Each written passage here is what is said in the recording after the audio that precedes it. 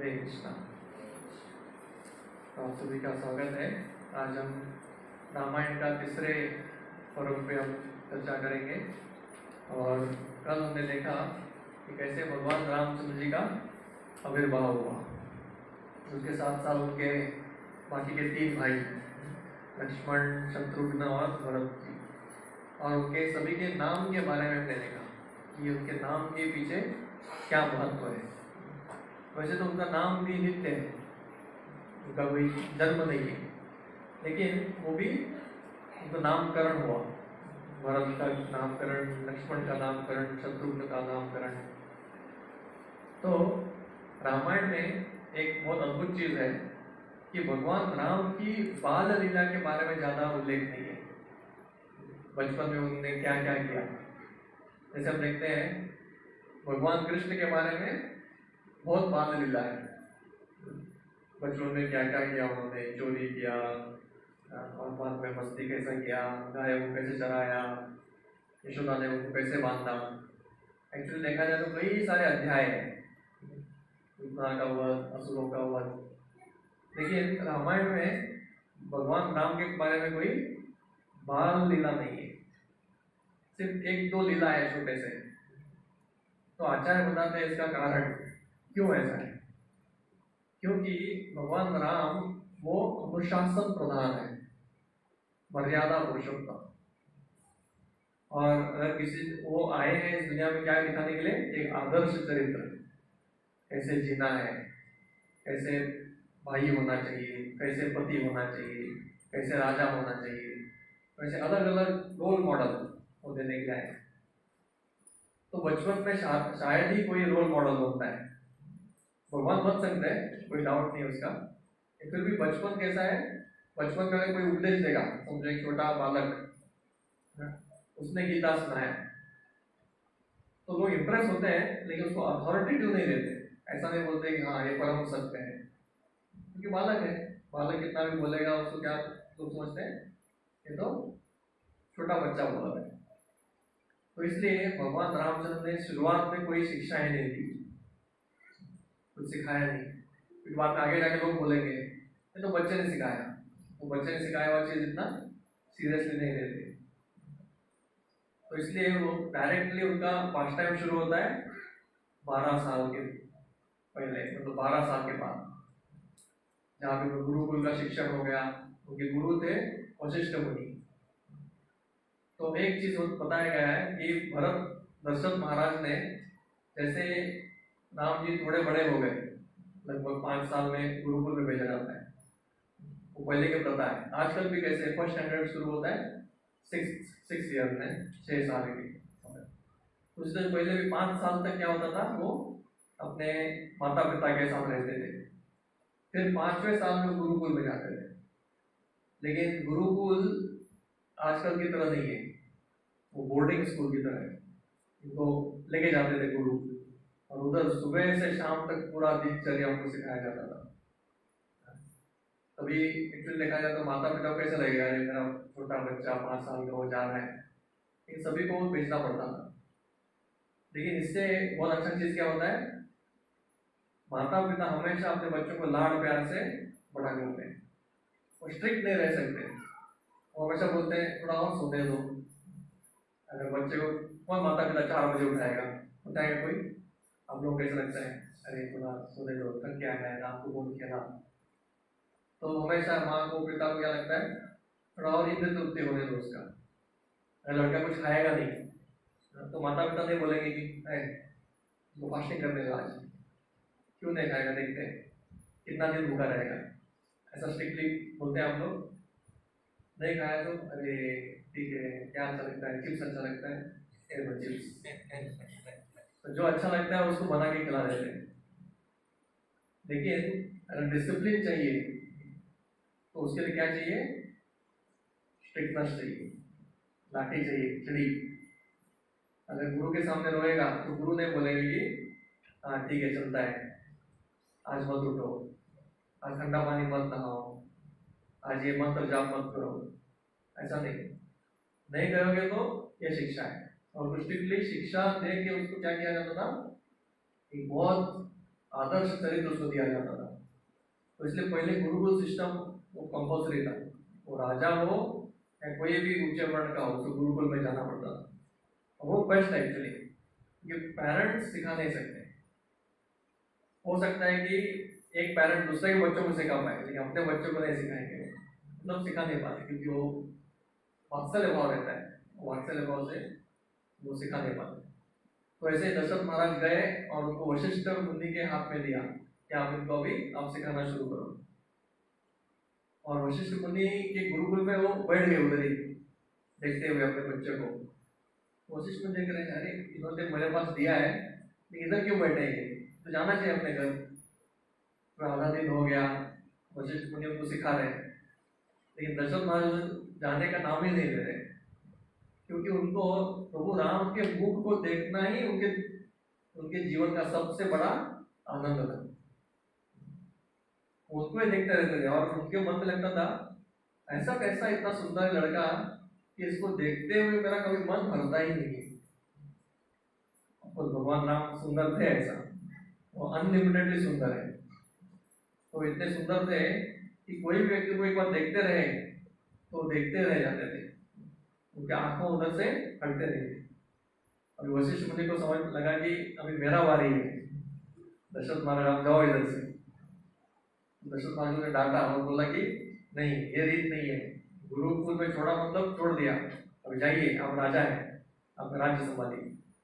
दशरथ महाराज कैसे तो करके अब हृदय में पत्थर रखे हो वापस आ गए।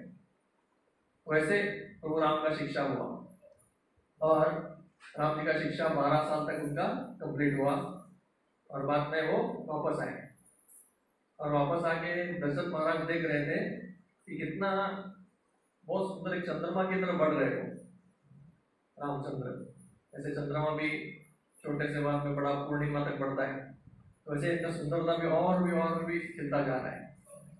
और ऐसे रामचंद्र बढ़ रहे थे और हमेशा अपने फ्रेंड इनके साथ, भाइयों के साथ खेलते थे। तो इधर हम एक चर्चा बोलना चाहते थे कि भगवान की बाल लीला क्यों नहीं है और कृष्ण के इतने बाल लीला क्यों है। तो भगवान कृष्ण जो है उनको बोला जाता है अनुभव प्रधान। अनुभव प्रधान मतलब वो लोगों को अपने भक्ति का अनुभव देते हैं, प्रेम का, आदान प्रदान का। तो भगवान जो राम है वो अनुशासन प्रधान, डिसिप्लिन, वो प्रधान है उनके जीवन में। और कृष्ण डिसिप्लिन नहीं, उनको डिसिप्लिन इतना वो इम्पोर्टेंट नहीं है। उनको क्या इम्पोर्टेंट है, कैसे आनंद का अनुभव दूं मैं दूसरों को, वो उनमें उनको ज्यादा है। तो एक एग्जांपल देने के लिए आपको उससे और ज्यादा समझ में आएगा। समझिए आपको सर्विंग का इंचार्ज बना दिया, प्रसादम सर्विंग, और इंचार्ज आपको इसने बोल दिया किचन इंचार्ज ने कि सर्विंग शुरू मत करो जब तक लेक्चर खत्म ना हो जाए, लेक्चर के बाद ही सबको प्रसाद मिलेगा, उससे पहले नहीं मिलेगा। तो ठीक है, वो बुफे लग गया और उधर खड़े हो गया और रुके कि लेक्चर कब खत्म होगा। उसी बीच में एक व्यक्ति आए लौटते हुए और बोले कि मुझे थोड़ा जल्दी जाना है, आज मेरा कुछ तो मीटिंग है और जल्दी जाना है, इसलिए मैं निकल रहा हूँ, आप मुझे प्रसाद दे सकते हैं क्या। तो अभी वो बोल रहे लेक्चर खत्म नहीं हुआ अभी तक और मुझे क्या मिला है आदेश, लेक्चर खत्म होने के बाद ही प्रसाद शुरू करना है। वो बोल रहे थे ये तो जेन्युइन केस है ना, अभी जाना है, जाऊंगा तो भूखा जाऊंगा। तो दो चॉइस है, एक व्यक्ति क्या बोल सकते हो, इंचार्ज नहीं, मुझे जो आदेश दिया है मैं आदेश का पालन करूंगा, डिसिप्लिन को तोड़ूंगा नहीं। और दूसरा है कि ठीक है, इसके लिए मैं ये आदेश को ब्रेक करता हूँ, दे दो, जेन्युइन केस है। तो इसमें से दोनों को एप्रिसिएशन मिलेगा। एक जो स्ट्रिक्ट है उसको भी थोड़े लोग एक्सप्रेशन करते हैं कि हाँ इसका स्ट्रिक्टनेस बहुत है और बहुत डिसिप्लिन है। और ये दूसरे को क्या बोलेंगे, हाँ इसका हृदय एक्चुअली जानता है कि किस समय क्या करना है और वो उसने अपना डिसिप्लिन तोड़ दिया एक दूसरे को मदद करने के लिए। तो राम उसके तरह है जो डिसिप्लिन है। रघुकुल रीत सदा चली आई, पढ़ाना जाए पर वचन न जाए। तो पहले से वो रघुकुल का रीत है कि प्राण जा सकता है लेकिन शब्द नहीं जाएंगे। तो राम के भक्त भी ऐसे ही है। अगर राम का भक्ति करना है तो कैसे रहना चाहिए? सीधा ही रहना चाहिए। उनको भी वही लोग अच्छे लगते हैं जो धर्म का पालन करते हैं, मतलब एज इट इज। धर्म का पालन नहीं करेंगे तो राम देखेंगे भी नहीं, वो दूर ही रहेंगे, आप मेरा संग नहीं कर सकते। लेकिन भगवान कृष्ण का अलग मूड है। उनको क्या चाहिए? प्रेम and attachment, love and attachment. अगर वो है तो अपना वचन भी तोड़ देंगे वो। जैसे कृष्ण लीला में क्या किया कि आप राम से अपेक्षा नहीं कर सकते। भीष्म अर्जुन को बचाने के लिए और भीष्म के वचन को बनाए रखने के लिए उन्होंने अपना वचन तोड़ दिया और अपने खुद से हाथ से उन्होंने वो ये उठाया, चक्र उठाया, चक्का उठाया। तो उसने क्या किया? अपना वचन तोड़ दिया। उसी तरह से काफी जगह पे भगवान कृष्ण इसलिए अर्जुन को भी बोलते हैं आप वचन दो कि मेरे वचन पे लोग भरोसा नहीं करेंगे, कि मैंने वचन तोड़ा भी और आगे तोड़ूंगा भी। भगवान बोलते हैं मेरे वचन किसके लिए है? मेरे भक्तों के खुशी के लिए। तो भगवान हम देखते हैं कि यशोदा माँ सबके सामने कई बार झूठ भी बोला है। मिट्टी खा के भी उसने क्या बोला? मैं मिट्टी नहीं खाया। ऐसा राम बोल सकते हैं क्या? राम के मुंह से कभी झूठ नहीं निकलेगा, है मतलब है। कृष्ण जैसा चाहिए वैसा वो ये करेंगे, लेकिन इसके बुरे के लिए नहीं, दूसरों के हृदय को जीतने के लिए। भगवान कृष्ण का वो है। तो ऐसे हमारे आचार्य बताते हैं कि 3 अवतार जो है वो ऑलमोस्ट कंप्लीट बोला जाता है। परावस्था नरसिंह देव, भगवान राम और भगवान कृष्ण। लेकिन वो तीनों में से कंपेयर किया जाए तो भगवान कृष्ण जो है वो पूर्ण पुरुषोत्तम है, मतलब फुल्ली कंप्लीट है। तो ऐसा वो बोलते हैं कि सिद्धांते अवेदोपि राम कृष्ण रूपयो रसेन उत्कृष्टते कृष्ण रूपम ऐसा रस स्थिति। तो बोलते हैं सिद्धांत में दोनों क्या है? इक्वल है, दोनों परम सत्य है। भगवान राम परम सत्य है और भगवान कृष्ण दोनों परम सत्य है। लेकिन रस के रूप में अगर कंपेयर किया जाए, रस मतलब आदान प्रदान, टेस्ट, मेलोस, उसमें देखा जाए तो भगवान कृष्ण कौन है? वो सुपीरियर है, क्योंकि सभी रसों में पूर्ण रूप से आदान प्रदान करते हैं। वात्सल्य, माधुर्य, साख्य और दास रस, तो सभी रसों में भगवान कृष्ण पूर्ण रूप से ही करते हैं। और भगवान राम के साथ माधुर्य रस सिर्फ सीता माता का है, उनको छोड़ के और किसी का नहीं है। और सखा भी कौन है? भगवान राम के सखा कौन है? विभीषण। विभीषण भी सखा है और हनुमान सखा नहीं, भगवान दास है। हनुमान के साथी और कौन थे? सुग्रीव, वो एक सखा है। और एक फेमस थे, कौन है? गुआ, गुआ करके सुना है ना। तो ऐसे 2-3 सखा है, और वो भी कैसे सखा है फिर भी इतना इंटीमेट नहीं है कि जाके राम को आलिंगन कर पाए, उनकी पीठ पे बैठ जाए। गुआ पे ऐसा नहीं करेंगे, सुग्रीव भी ऐसा कभी सोचेंगे नहीं। है सखा लेकिन दूर से। तो उसमें भी ऐसा बोलते कि हाफ सखा, आधा सखा है, इतना फॉर्मेलिटी काफी है। लेकिन भगवान कृष्ण के सखा अलग ही है। उनके सखा में आते हैं कौन? ये सब श्रीदामा, सुदामा और ये सभी मधुमंगल। और वो तो उनके साथ कुछ भी करते हैं, तो उसमें कुछ ये नहीं है। उनको धमकी भी दे सकते हैं, उनके लड़ाई भी लड़ सकते हैं, पीठ में भी चढ़ सकते हैं। तो ऐसे रसे न उत्कृष्ट थे, भगवान कृष्ण जो है वो रस में पूर्ण है। तो ये इसके लिए जो है भगवान राम का बाल्य लीला के बारे में ज्यादा उल्लेख नहीं है। भगवान राम राजा है और बाकी सभी प्रजा। ये सबसे मुख्य रस है अयोध्या में, राम राज्य, इसको अनुभव करना वो भी बहुत बड़ा आनंद है, ऐसा नहीं। तो फिर भगवान राम जो है तो 12 साल के जब होते हैं तो दशरथ महाराज उनको एक चिंता शुरू हो जाता है। बोलते हैं इतने जल्दी बड़े हो गए, इतने जल्दी बड़े हो गए, अभी इनके बारे में सोचना पड़ेगा शादी कैसे हो। पहले का एज देखिए, 12 साल में शादी हो जाता था, और सीता माता 6 साल की थी जब शादी हुआ। तभी जनक महाराज को क्या हुआ था, टेंशन हो रहा था, शादी क्यों नहीं हो रहा, क्यों नहीं हो रहा। तो ये आजकल के समाज में समझना मुश्किल है। ये एक्चुअली वो सही रीति है। बचपन में जो शादी होता था तो उसमें जो प्रेम उत्पन्न होता था, स्पेशली जो हस्बैंड वाइफ जोड़ी वो तो प्रेम होता ही आज भी है, लेकिन मदर इन लॉ और बहू के बीच में और ज्यादा प्रेम तभी हो सकता है। छोटी बेटी है तभी आ गई तो मदर इन लॉ भी वो भी सुनेगी और मदर इन लॉ भी उसको बेटी की तरह प्रेम करेगी। अभी सिचुएशन अलग है, वो भी आती है 30 साल बाद, और फिर उसको क्या प्रेम होगा। तो ये सभी अलग रीति से तभी चलता था। तो बचपन में उनको शादी किया जाता था।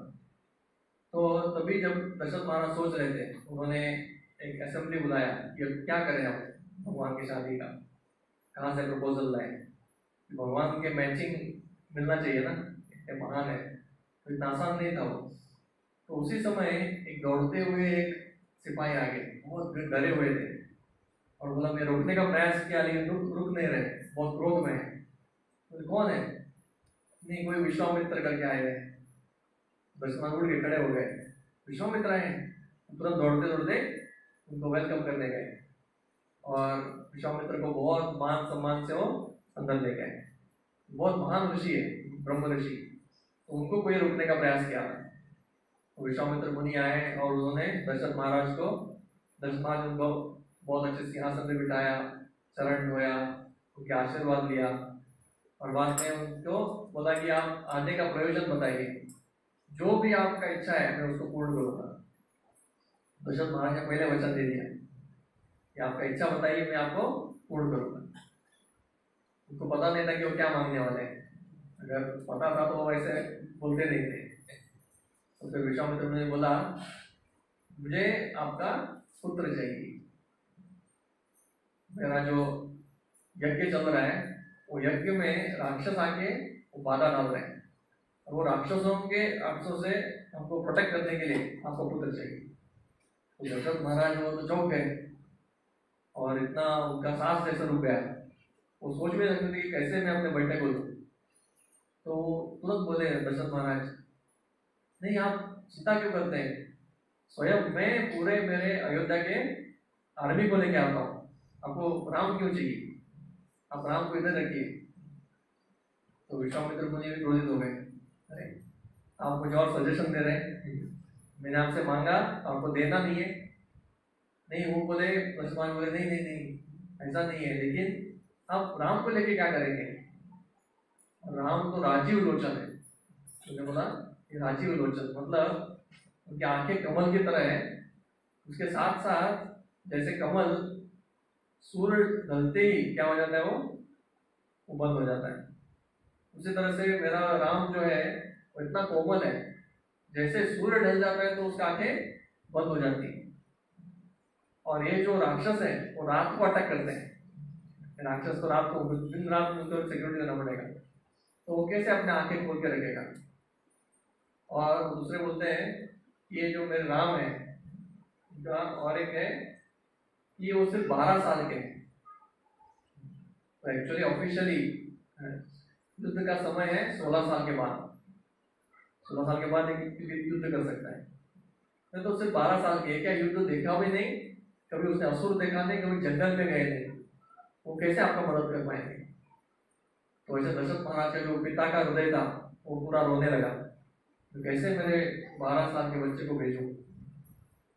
तो विश्वामित्र मुनि वो गुस्सा आ गया, उन्होंने बोला क्या तुमको मेरे पे विश्वास नहीं है, क्या तुम अपने बेटे को पहचानते नहीं, मैं जानता हूँ और आपके गुरु जानते हैं वो कौन है, तुम नहीं जानते, तुम सिर्फ मुझे फॉलो करो। तुमको बोलना था कि आप जानते नहीं कि वो कौन है, और आपको लग रहा है कि राम वो आपको असुरों से प्रोटेक्ट नहीं कर सकता, ऐसा आपको लग रहा है। वैसे विश्वामित्र मुनि उनको बोलने लगे।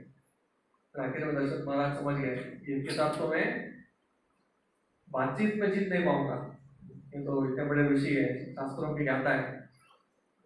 तो तुरंत वो उनके चरणों पे गिर गए और रोने लगे। वो बोले नहीं नहीं नहीं, आप चाहे तो मुझे लेके जाओ, मेरा पूरा आर्मी को लेके जाओ, लेकिन मेरे बेटे को मत लेके जाओ। तो ऐसा रोने लगे। विश्वामित्र मुनि गुस्से से खड़े हो गए और वो बोले कि देखो, तुमने मुझे प्रॉमिस किया है और नहीं दे रहे हो, तो मैं जाता हूँ। तो ऐसा दिखा है कि मैं नाराज होकर जा रहा हूँ। तो अभी विश्वामित्र मुनि और राम के बीच में दशरथ महाराज खड़े हो गए। बोला ये मुझे नहीं दे रहे। तो एक्चुअली ऐसा है कि विश्वामित्र मुनि को राम क्यों चाहिए थे? क्योंकि विश्वामित्र एक्चुअली जो बाल कांड, ये जो पहला कांड है उसको बाल कांड बोलते हैं। और जैसे मैंने बताया, इसमें कोई बाल लीला है ही नहीं। तो फिर बाल कांड मतलब उस बाल लीला के बिना कैसे बाल कांड हो गया? तो आचार्य बोलते हैं कि एक्चुअली बाल कांड है विश्वामित्र मुनि के आध्यात्मिक प्रगति का। इसे बालक कौन है? विश्वामित्र मुनि है, राम नहीं है। विश्वामित्र मुनि कैसे बालक है? उन्होंने इतना कठोर तपस्या किया, इतना उन्होंने यज्ञ किए, इतने सारे उसने अनुष्ठान किए, अभी भी उनके हृदय में ज्ञान तो बहुत हो गया, सिद्धियां बहुत प्राप्त की, बहुत सारा उन्होंने तपस्या का बल प्राप्त किया, लेकिन भक्ति में वो अभी तक बड़े नहीं हो रहे थे। और उनको भी समझ में आ रहा था कि मैं कहीं पे तो अभी तक संतुष्ट नहीं हूँ। तो उनको क्या हो गया था, उनके पास बहुत सारे अस्त्र थे, बहुत सारा उनके पास ज्ञान था, बहुत सारे इतिहास पढ़े थे, बहुत सारे वेद जानते थे। तो उनका इच्छा था कि जिन्होंने सब बनाया उनको अगर मैं सब अर्पण करूंगा तभी मेरा जीवन क्या होगा, सफल होगा। मतलब जिनका है उनको वापस देना चाहिए। तो इसलिए विश्वामित्र नहीं चाहते थे कि मैं राम को लेके जाऊं और उनको सब कुछ क्या करूं, दूं, सब कुछ सिखाऊं उनको। तो इस आशा से आए थे। लेकिन उनको बोलने का ढंग थोड़ा रफ था, जो हमेशा रफ व्यक्ति थे। तो हमारे जीवन में भी हम सीख सकते हैं कि हम लोग जब तक सब कुछ लेते हैं, लेने में आनंद नहीं है, एक्चुअली देने में आनंद है। और उसमें भी देने में आनंद का, किसी को भी दिया तो भी आनंद आता है, लेकिन जब भगवान को देंगे तो उसमें सबसे ज्यादा आनंद है। तो उसी तरह से विश्वामित्र मुनि भी अब सब कुछ क्या करते थे, उनको बहुत लोड हो गया था, वो सब ज्ञान को देना चाहते थे भगवान को। अच्छा, भगवान के पास सब कुछ है, लेकिन जैसे बोलते हैं ना, गंगा का पूजा कैसे करते हैं, गंगा का पानी उठा के गंगा में वापस देते हैं, क्यों गंगा को और क्या दे सकते हैं। उनको बोलते हैं कि आपका ही पानी आपको अर्पण। सूर्य को क्या करते हैं, सूर्य को अपना ही दीपक दिया दिखाते हैं। तो सूर्य इतना बड़ा दीपक है, उनको एक छोटा सा दिया से क्या मिलेगा, फिर भी वो पूजा। उसी तरह से जैसे पिताजी को एक बेटा क्या करता है, पिताजी के पैसे से उनको गिफ्ट देता है, फिर भी पिताजी खुश हो जाते हैं। तो पता है कि मेरे पॉकेट से पैसा लिया, उसको जाके उनको जाके वो खरीदा और फिर बाद में उनको दिया, फिर भी वो बहुत पसंद हो जाते हैं, क्योंकि इसमें प्रेम है। सिर्फ आइटम देने में कुछ नहीं है, आइटम के साथ क्या दे रहे हैं, प्रेम दे रहे हैं।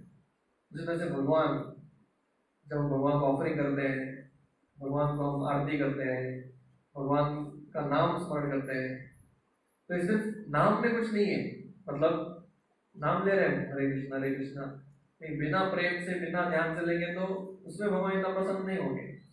लेकिन जब वो प्रेम से किया जाता है तो भगवान प्रसन्न होता है। उसी तरह से भगवान को कुछ देते हैं तो प्रेम के साथ देते हैं वो आइटम, तो वो बहुत प्रसन्न हो जाते हैं। उसी तरह से ऐसा बोलते हैं कि इस दुनिया में सबसे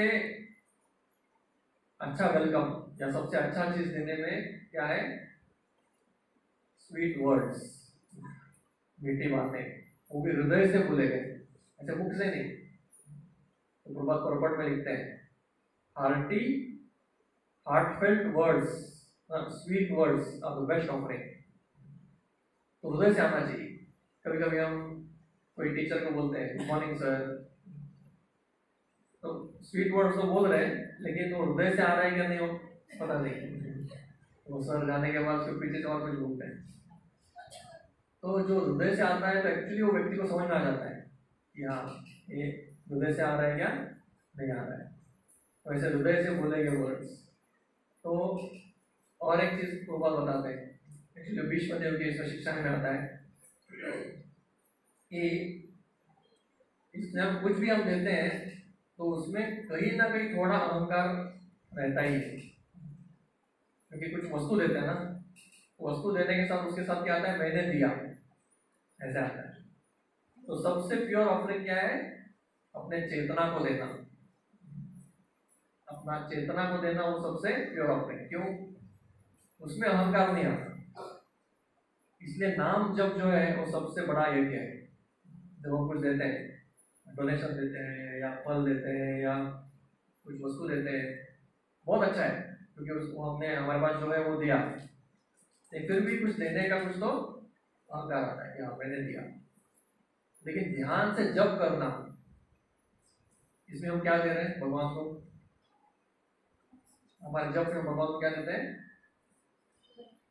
अपना चेतना देते हैं। चेतना मतलब क्या, अवेयरनेस, मैं अभी चेतन हूं कि मैं भगवान का नाम ले रहा हूं, ये चेतना है।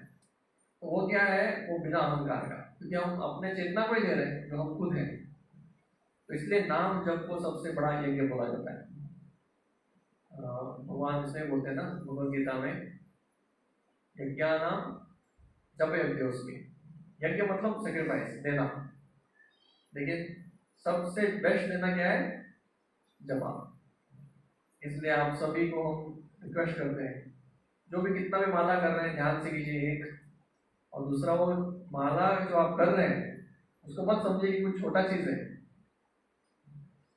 आप जो भी जब कर रहे हैं यही आपका सबसे बड़ा लाइफ लाइन है। लाइफ लाइन बोलते हैं ना, जैसे एक व्यक्ति जो जी रहा है, अभी हमको ये हवा का ये पता नहीं है बोल, ये हम हवा ले रहे हैं आसानी से, लेकिन उसको पूछिए जिसको निमोनिया हो गया, निमोनिया जिसको, वो उसको पूछिए कि सांस का कितना इंपॉर्टेंस है।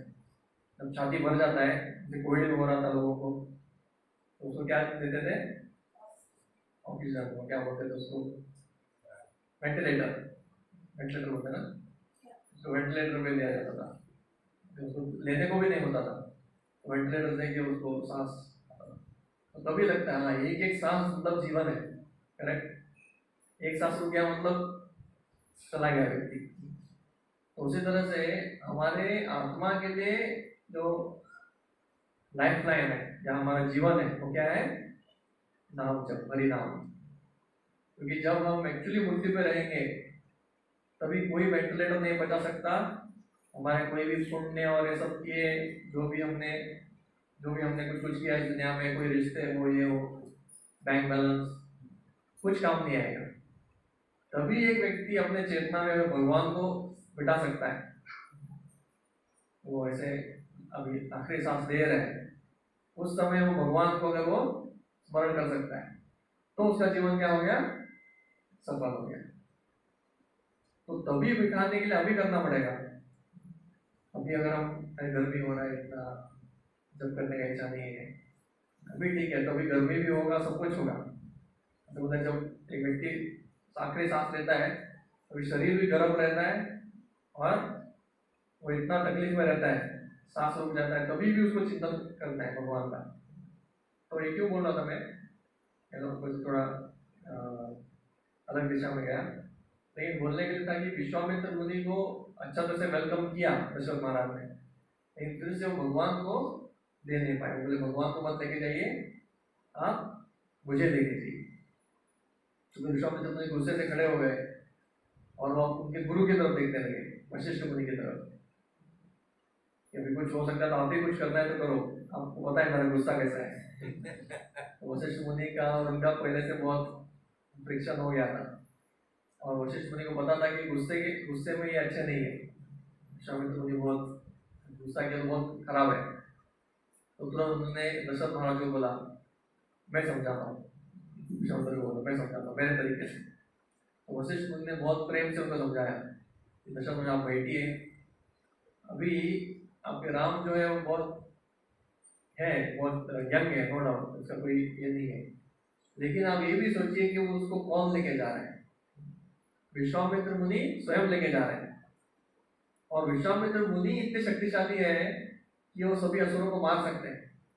ये जो असुर आके उनको तकलीफ दे रहे हैं वो खुद मार सकते हैं, लेकिन यज्ञ के समय हिंसा नहीं करना चाहिए, इसलिए वो नहीं मार सकते, उसे यज्ञ भी नहीं कर पाएंगे, वो यज्ञ भी टूट जाएगा। इसलिए वो क्या कर रहे हैं, आपके बेटे को लेके जा रहे हैं, और उनके पास उन्होंने विश्वामित्र का सब डिस्क्रिप्शन दिया है। उनके पास सभी अस्त्र है, सभी शस्त्र है, अलग अलग मंत्र है, उनके साथ आपके जो राम है वो सबसे सेफ है, आप चिंता मत कीजिए, कोई भी असुर उनको कुछ नहीं कर पाएगा। तो ऐसा उन्होंने विश्वामित्र के बारे में बताया, विश्वामित्र की शक्तियों के बारे में बताया, और बताया कि अगर ये पसंद हो गए आपके बेटे के ऊपर तो आपके बेटे को भी वो बहुत कुछ सिखाएंगे। तो वैसे उन्होंने उसको बताने के बाद फिर दशरथ महाराज थोड़ा ये हो गए, सांत्वना मिला उनको, और उन्होंने बोला ठीक है, अगर मेरे राम उनके साथ जाके उनको कुछ नहीं होने वाला तो मैं उनको भेजता हूँ। बस दशरथ महाराज उससे पहले, क्योंकि वो इतने घबरा गए थे, उन्होंने पहले उनको पूछा कि आपने असुरों के बारे में बताइए जिसके साथ राम को लड़ना है। तो फिर विश्वामित्र ने क्या बोला था उनको, ये जो दो असुर है उनका नाम है सुबाहु और मरीच, ये ताटका और सुंद का पुत्र है दोनों, और ये रावण के साथी है।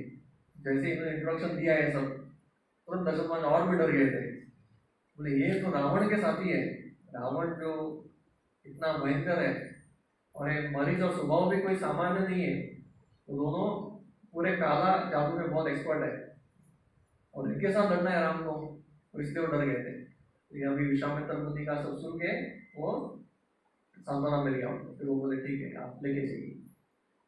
तो फिर ये बोलते ही तुरंत बुलावा भेजा गया राम और लक्ष्मण को, और दशरथ महाराज ने बोला कि उनका हाथ लिया और विश्वामित्र मुनि के हाथ में ले लिया, अब इनके साथ जाइए और जो ये बोलेंगे वो करिए, ऐसा आदेश दिया। और राम और लक्ष्मण काफी खुश थे, बोले चलो कुछ एडवेंचर मिलेगा, कुछ करने को मिलेगा। तो राम लक्ष्मण को धनुष बाण वगैरह दिया, और दो उनको बाण के रखने के क्या बोलते उसको, और तलवार, ये सब देके राम और लक्ष्मण विश्वामित्र मुनि के पीछे पीछे चलने लगे। तो जब वो महल से बाहर गए तो पूरा जो अयोध्या है वो बाहर निकल गया उनको ये देने के लिए, विदाई देने के लिए। सब आगे राम को देख रहे थे, और राम और लक्ष्मण बहुत सुंदर दिख रहे थे। सामने विश्वामित्र चल रहे, उनके पीछे राम चल रहे, और उनके पीछे लक्ष्मण, तो ऐसे तीनों चलते रहे। और चलते चलते जब तक वो दिख रहे तब तक दशरथ महाराज देखते रहे, और वो देखते जैसे उनकी आंखों के सामने से निकल गए, फिर दशरथ महाराज अपने बहुत हैवी हार्ट से वापस महल में आ गए। वैसे राम लक्ष्मण चलते रहे, और पूरे सुबह से शाम तक वो चलते ही रहे। अभी वो कोई रथ नहीं है, पालकी नहीं है, अभी तो जा रहे हैं किसके साथ, ऋषि के साथ, विश्वामित्र मुनि के साथ। वैसे चलते चलते वो पहुंचे सरयू के तट पे, और उनको ऐसा लगा कि 8 मील तक चले रहेंगे। तो सरयू के तट पे पहुंचे, और उधर पहुंचने के बाद विश्वामित्र मुनि ने उनकी तरफ मुख को देखा, तो वो बहुत थक गए थे राम और लक्ष्मण। तो विश्वामित्र मुनि को वो पहली बार उनके हृदय में कुछ करुणा जागरूक हुआ, तो वात्सल्य हुआ उसे, वो पहली बार कुछ लगा कि हाँ बहुत करुणा आया, नहीं तो बहुत स्ट्रिक्ट है वो, करुणा आया कि हाँ इनको इतना तपस्या करके आदत नहीं है, दोनों बहन से चले हुए। तो फिर उन्होंने बोला कि ठीक है मैं इनको क्या सिखाता हूँ, बल और अति बल, ऐसे 2 मंत्र हैं, ये सिखाऊंगा। ये दोनों बल जो अति बल थे वो मंत्र उन्हें ब्रह्मा जी ने विश्वामित्र को दिए थे। और ये बल अति बल से क्या होता है, जो व्यक्ति इसका जप करता है ध्यान से, उसको भूख नहीं लगेगा, प्यास नहीं लगेगा, कभी थकावट नहीं होगी, पूरा तेजस्वी हो जाएगा, और उसको कोई रात में सोते वक्त और जागते समय उसको कोई भूत प्रेत का कोई अटैक नहीं होगा। वैसे कई सारे उसके लाभ थे। तो विश्वामित्र ने सोचा कि अगर ये मंत्र उनको सिखा दूंगा तो इनका सभी कष्ट दूर हो जाएगा। तो उन्होंने राम को बोला आप जाओ सरोवर में नहा के आ जाओ। तो दोनों राम लक्ष्मण सरोवर में नहाए और आए, और फिर विश्वामित्र मुनि उनको कान में दीक्षा दिया ये दोनों मंत्र का। और जब ये मंत्र बहुत ध्यान से सुना तो वो रामचंद्र जी ने, और जब वो बहुत ध्यान से उन्हें ये किया उच्चारण किया तो तुरंत उनके शरीर का सभी कष्ट और सभी जो थकावट है वो मिट गया। और फिर विश्वामित्र ने इस तरह से पहला उनको शिक्षा ग्रहण किया, प्रदान किया। और उस रात को जैसे अभी सूर्य ढल गया था तो विश्वामित्र ने बोला कि आज हम रात को इधर ही विश्राम लेंगे। तो तुरंत उन्होंने घास पत्ता ये सब इकट्ठा किया और एक बहुत अच्छा बेडिंग तैयार किया। तो ये है वन में रहने का अनुभव। जैसे वो अभी तक कभी वन में नहीं रुके थे, तो महल और वन में क्या फर्क है? महल में सभी जरूरतें ऐसे चुटकी बजाते हुए मिल जाता है, भूख लगाए जाओ कुछ खा लो, भगवान के क्या कमी है। प्यास लगी है पीने के लिए पानी जूस है, वो आजकल रहता है ना बच्चों के लिए फ्रिज खुला दो ये जूस वो जूस सब पीते हैं। तो सब कुछ खाने के लिए रहता है, पीने के लिए है, सोने के लिए बिस्तर है, तो जैसे चाहिए आराम से रह सकते हैं घर में महल में। लेकिन जंगल में सोचिए, जंगल में आप जा रहे हैं तो क्या उधर कोई दुकान है जहाँ पे आप कुछ खरीदेंगे? जंगल में कौन रहते हैं? जानवर बंदर वही रहते हैं उधर, शेर। उधर खाना क्या है? अगर भगवान ने कुछ फल के वृक्ष दिया तो खा सकते हैं, तो खाने का कोई समझ नहीं। आपने बोल सकते मुझे अभी खाना है नहीं। इसलिए जंगल में रहना, या एक सन्यासी को बोला जाता है वानप्रस्थ को, कि आप भगवान के ऊपर निर्भर हो जाओ, भगवान देंगे तो तभी खा सकते हैं। पानी पीना है तो वैसे कहीं झरना मिल गया या नदी मिला, इसका आश्रम मिला तभी पी सकते हैं, जब चाहे तभी पानी नहीं मिलेगा। तो खाना पीना रहना सोना ये सब कुछ ईश्वर के ऊपर। पहली बार तो रामचंद्र जी का ये वन का उनको एक्सपीरियंस हुआ, बहुत सुखी थे वो, और उनको बहुत आराम से नींद भी आ गया, दोनों तीनों सो गए। एक्चुअली ऐसा बोलते हैं कि एक तरफ लक्ष्मण सोए, एक तरफ राम, और बीच में विश्वामित्र जी।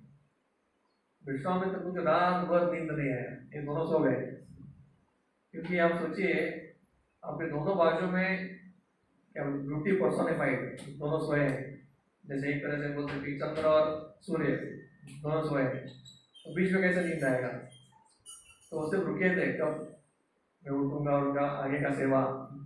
तो विश्वामित्र ज्यादा एक्साइटेड थे, तो वो सिर्फ उनके मुख को देखते हुए वो बहुत सुख का अनुभव कर रहे थे। और तभी उनको एक बार समझ में आया कि जीवन भर मैंने ये तपस्या किया है, नहीं शायद ही मुझे ये भक्ति का मार्ग का जो सुख है इसका एक छोटा सा तिनका भी मुझे वो तपस्या के सामने ये इतना मुझे डुबा रहा है। तो मुझे लगता है मैंने सही डिसीजन लिया भक्ति के मार्ग का। तो वो उनको बहुत अच्छा लगा कि मैं अभी भगवान राम का शरण लेने जा रहा हूँ। इनका शरण लेने का अलग टेक्निक ये था, विधि था। तो फिर जैसे संध्या या ब्रह्म मुहूर्त हो गया तो विश्वामित्र उठ गए और शराब नहा के वो अपना सब ये करने लगे, गायत्री और बाकी सब। और जैसे सूर्य और भी उग गया और सूर्य उगने वाला था तभी उठाने के लिए आए भगवान राम और लक्ष्मण को। तभी उन्होंने जब उनके मुख को बहुत ध्यान से देखा, जो सूरज उग गया था, तो पहली बार उनको बहुत आनंद का अनुभव हुआ, जिसको एक्सटेसी बोलते हैं, दिव्य आनंद का अनुभव किया उन्होंने। और तभी ऐसा बोलते हैं कि उनके मुख से सिर्फ एक ही नाम निकलने लगा, कौशल्या कौशल्या कौशल्या। तो क्यों कौशल्या? वो सोचते थे कि कौशल्या ने क्या पुण्य किया कि रोज ये राम और लक्ष्मण को उठा रही है। मैं आज एक दिन देख के मेरा हृदय इतना आनंदित हो गया। 12 साल तक वो उठा रही थी कौशल्या, तो बहुत देर तक वो कौशल्या कौशल्या नाम ही निकल रहा था। फिर आगे जाके उन्होंने फेमस जो श्लोका है वो कंप्लीट किया। कौशल्या सुप्रजा राम पूर्वा संध्या प्रवर्तते उत्तिष्ठ नरशार्दूल कर्तव्यम देव मान्तिकम। सुना है आपने? ये अभी इसमें गाते हैं कौन सा? वेंकटेश सुप्रभात। तो बोलते हैं कौशल्या सुप्रजा राम, कौशल्या के प्रजा मतलब बच्चे, सुप्रजा बहुत सुंदर और सुशील बच्चे, राम राम को लेकर जो उठा रहे हैं उनको। कभी बड़े व्यक्ति को उठाते हैं तो ऐसे उठाया जाता है, उठ ऐसा नहीं, तो जैसे कोई रास्ते पे सोता है उनको उठाया जाएगा ऐसा नहीं। तो जितना प्रेम से उठाया जाता है वो अलग अलग लोग अलग अलग रूप से उठाया जाता है। कोई सेवक उठाते हैं तो अलग रूप से उठाते हैं, हो गया। नहीं कोई बच्चे को उठाते हैं तो प्रेम से उठाते हैं, और वैसे राजा को उठाते हैं तो उनका तो बैंड बाजा और उनका पोयम्स गा के उठाते हैं रोज। तो ऐसे अलग अलग लोगों का अलग अलग। तो इधर भगवान को उठाने के लिए उन्होंने ये सुंदर श्लोका का गान किया। कौशल्या सुप्रजा राम पूर्वा संध्या प्रवर्तते, पूर्व में सूरज अभी उग गए हैं। उत्तिष्ठ नरशार्दूल, हे पुरुषों में शेर नरशार्दूल, कर्तव्यम दैव मानिकम, अभी उठ के वो कर्तव्य करो जिनको बहुत शुभ माना जाता है, ऐसा बोल के उनको उठाया। तो फिर दोनों ने अपना कमल जैसे आंखों को खोला और दोनों उठ गए और वो भी स्नान करके तैयार हो गए। तो ऐसे ये विश्वामित्र मुनि का बहुत पहला दिन बहुत अच्छा अनुभव से गया। और जब वो आगे चलने लगे, शरीर को क्रॉस किया और आगे चलने लगे, तो चलते चलते राम और लक्ष्मण विश्वामित्र मुनि को अलग अलग प्रश्न पूछते जाते थे। ये बच्चे हैं दोनों, वो पूछते थे ये क्या है, वो क्या है, इसका कहानी क्या है, शरीर का नदी का स्टोरी क्या है। और विश्वामित्र मुनि वो तो ज्ञान के भंडार है, पर वो सोच रहे थे कि अभी इनको तो सब पता है, राम को क्या पता नहीं है, फिर भी वो इतना मासूमी से पूछ रहे। तो हमेशा हृदय में सोचते थे कि ये मेरा अब ये है ऑफरिंग है भगवान के लिए। मैं ऐसा नहीं सोचना चाहिए कि मैं कुछ उनको नया बता रहा हूँ या मैं उनको ज्ञान दे रहा हूँ। विश्वामित्र ऐसे ही सोचते थे कि भगवान मेरे हृदय से जानना चाहते हैं कि मेरे हृदय में क्या है, और वो बहुत प्रेम से वो स्टोरी सुनाते थे। तो ऐसे बहुत सारे कहानी सुना, ऐसा कैसे दिन निकलता तो उनको समझ में ही नहीं आता था। तो ऐसे वो जाते जाते स्टोरी सुनते सुनते सुनते आगे बढ़ने लगे, और ऐसे बढ़ते बढ़ते एक जगह पहुंचे, पूरा अलग ही जगह था। उधर पहुंचते ही राम लक्ष्मण के कदम रुक गए। उधर सभी पेड़ पौधे ऐसा लग रहे थे जैसे काले काले हो गए, जो जमीन था वो सूख गया था, कोई अच्छे पक्षी जानवरों का आवाज भी नहीं आ रहा था, और बहुत अलग ही जगह था, खंडर जैसा। तो तुरंत राम ने पूछा ये कैसा वन है, ये कुछ अलग ही वन है। तो फिर विश्वामित्र ने उसका कहानी सुनाया। उन्होंने बताया कि ये वन एक समय में बहुत ही ये था, बहुत ही सुंदर और बहुत सारे फल फूल थे। तो जब इंद्र ने इसको मारा, राक्षस को, अपने वृत्रासुर, वृत्रासुर एक महान भक्त थे लेकिन राक्षस के शरीर में, तो उनको मारने की वजह से उनको ब्रह्म हत्या का पाप लगा। और ये ब्रह्म हत्या का पाप इतना भयंकर था कि इंद्र के शरीर से दुर्गंध आने लगा, अलग अलग पस आने लगे, और वो अपने स्वर्ग से वो गिर गए और इधर आके वो वन में आए। तो उनके सभी देवताओं के पीछे आए थे। तो इंद्र ने क्या किया, अपना ये वन से सभी जड़ी बूटियों को खा के और ठीक हो गए, और उनको बहुत भूख लगा था, तो उस बाजू के वन से उन्हें बहुत कुछ खाया। तो इंद्र ने आशीर्वाद दिया था कि वन बहुत फला फूला रहेगा। तो यही वन में अगस्त ऋषि रहे जब तपस्या कर रहे थे, तो उधर और एक राक्षस थे, उसका नाम था ताटका और शुंड करके। और ये जो शुंड था, ताटका स्त्री है और शुंड उसका पति, ये अगस्त मुनि को तकलीफ देने लगा उसके तपस्या में।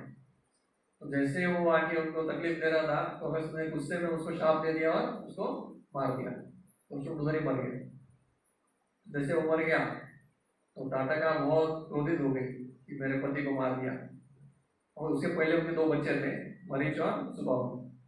तो ताटक ने उनके बच्चों को लेके पूरा जंगल में तहस नहस करना शुरू किया और फिर से अगस्त्य के ऊपर हमला किया। लेकिन अगस्त्य मुनि के तपस्या के बल से उनको कुछ नहीं कर पाए उनको। लेकिन वो क्रोध ने क्या किया, ये पूरा जंगल को उजाड़ दिया। वो इधर विश्वामित्र बोलने लगे, ये जंगल में कौन रहती है, ताटका, और उसने ये सब किया हुआ है, ये जंगल का सत्यानाश। तो फिर भगवान राम पूछने लगे और विश्वामित्र बोले उसको कि हमको इस ताटका को मारना है। तो भगवान राम को पहले ही यह हो गया कंफ्यूजन, मैं कैसे मारूं, एक स्त्री को कैसे मारूं। तो विश्वामित्र ने बोला कि ये स्त्री ऐसी साधारण स्त्री नहीं है, इसमें स्त्री की कोई गुण नहीं है। स्त्री में क्या रहना चाहिए, वात्सल्य रहना चाहिए, प्रेम रहना चाहिए थोड़ा, और बाकी के बहुत सारे शुभ गुण रहने चाहिए। लेकिन ताटका में सब विपरीत है, उसके हृदय में कोई वात्सल्य नहीं है, पूरा क्रूर है वो और सबको मारती है। तो इसको मत सोचिए कि ये कोई स्त्री है। तो ऐसे उन्होंने उसके बारे में बताया। फिर भी भगवान राम, ऐसा नहीं कि वो अपने गुरु का कर रहे थे, लेकिन उनके मन में बहुत यह था। फिर भगवान विश्वामित्र ने अलग अलग शास्त्रों से बहुत सारी कहानियां सुनाई जहाँ पे इंद्र ने किसी स्त्री को मारा है, इन्होंने कई बार अलग अलग राक्षसों को मारा था स्त्री के रूप में। और उसी तरह से उन्होंने बोला कि एक बार विष्णु ने भी मारा है स्वयं। तो उन्होंने जो कहानी सुनाया कि एक बार क्या हुआ, असुर जो है बहुत वीक हो गए थे, शक्ति उनका बहुत क्षीण हो गया था। तो उनको शक्तिशाली करने के लिए शुक्राचार्य तपस्या करने के लिए गए जंगल में। तो शुक्राचार्य नहीं है और असुर बहुत वीक हो गए। तो वैसे उस समय में क्या हुआ कि शुक्राचार्य तपस्या करने गए थे, तो इन दोनों में फिर से झगड़ा हुआ, असुरों में और देवताओं में। तो जब देवता एक बार भाग रहे थे इस तरफ इससे बच के, तभी इन्होंने क्या किया, हाँ, जब असुर जो है देवता जब भाग रहे थे, तभी जो भृगु मुनि की और एक पत्नी है, भृगु मुनि की पत्नी एक्चुअली एक तरह से वो असुरों की दादी है, असुरों की दादी, उसका नाम था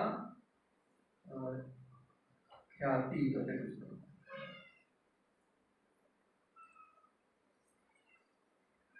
ठीक है, उनका नाम में पता नहीं, तो एक, हाँ, ख्याति का उनका नाम था। तो ख्याति ने क्या किया, उसके तपोबल से उन्होंने ये जो देवता है उनका उसको ऐसा रोक दिया एक जगह पे, तो हिल नहीं पाए वो, सभी अस्त्र शस्त्र लेके वो ऐसे ही फ्रीज हो गए। तो फिर इतना आसान अभी फ्रीज हो गया, मतलब वो अपने आप को डिफेंड नहीं कर पाएंगे। तो फिर उनके ऊपर असुर हमला करने वाले थे, अभी तो इजी टारगेट हो गया ना, अभी अटैक नहीं कर सकते असुर, उनको मारने वाले। तभी विष्णु प्रकट हुए और विष्णु ने सभी जो देवता है उनको अपने शरीर में ये कर लिया, संभाल लिया। तो सभी सुर अंदर चले गए।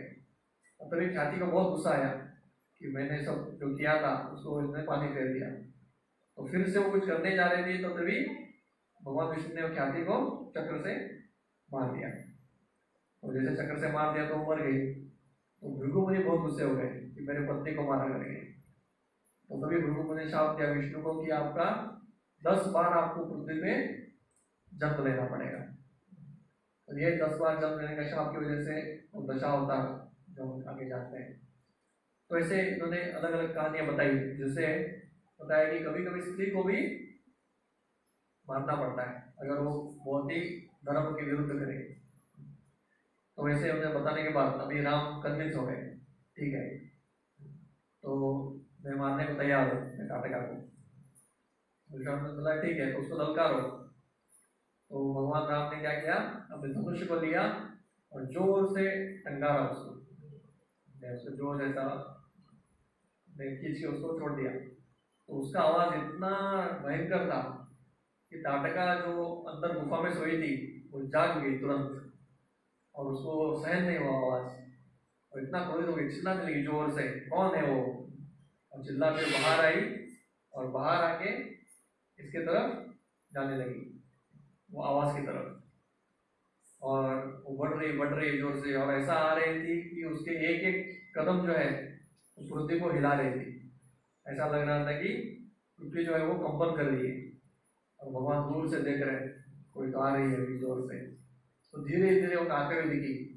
तो टाटका जो है जोर से चिल्लाते हुए आ रही थी तेजी से, और उसका रूप कैसा था, उसके कान में हाथी के जो ये है सुन नहीं, उसके मुख, उसका कुंडल था, और उसका गार्लेंड क्या था, फ्रेश हाथी मारा हुआ गार्लेंड बनाया था उसने, सुन और कुछ को पकड़ के उसको डाला था, और उसकी आंखें लाल लाल थी, और उसका मुख ऐसा था, ऐसा अगर मुख खुला था तो त्रिशूल की तरह उसके दांत थे, भगवान यमराज के त्रिशूल की तरह, ऐसा भयंकर उसका रूप था।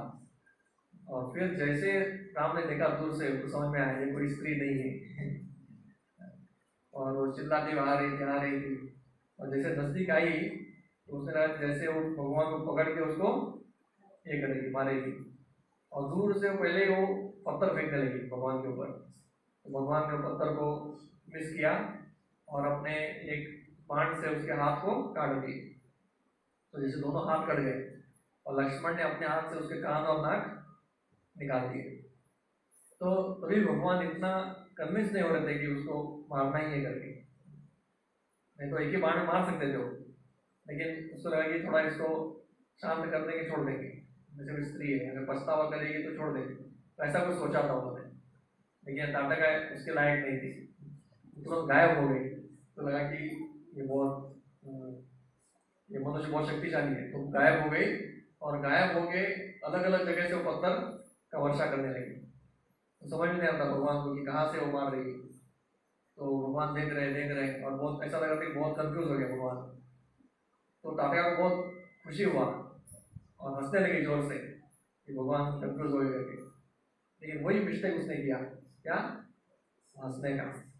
तो जैसे वो हंसी तो भगवान ने तुरंत उस दिशा में बाण छोड़ दिया, और वो बाण उसके हृदय से पास होके आकाश की तरफ चला गया, उसका प्राण लेके, और जोर से जमीन के ऊपर दब करके गिर गई।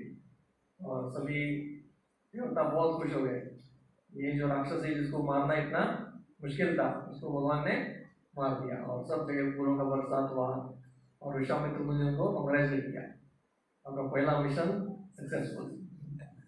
तो भगवान ने उनको थोड़ा ये भी किया कि क्षमा मांगा कि मैं थोड़ा बीच में गलतिया हो गया, कंफ्यूज हो गया, ठीक है कोई नहीं।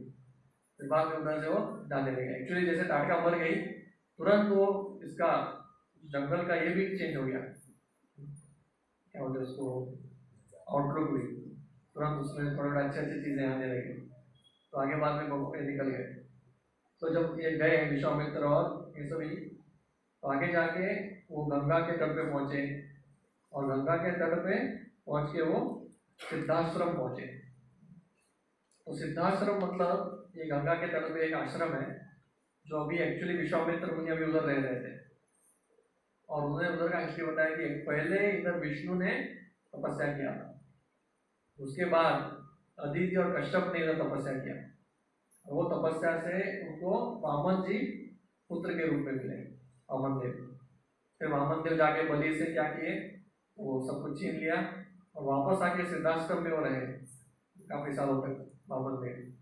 और फिर वामन देव के बाद अभी विश्वामित्र मुनि उधर रह रहे थे। तो एक तरह से देखा जाए विश्वामित्र मुनि बोलने लगे, उन्होंने बोला भी कि आश्रम को अपना ही समझो।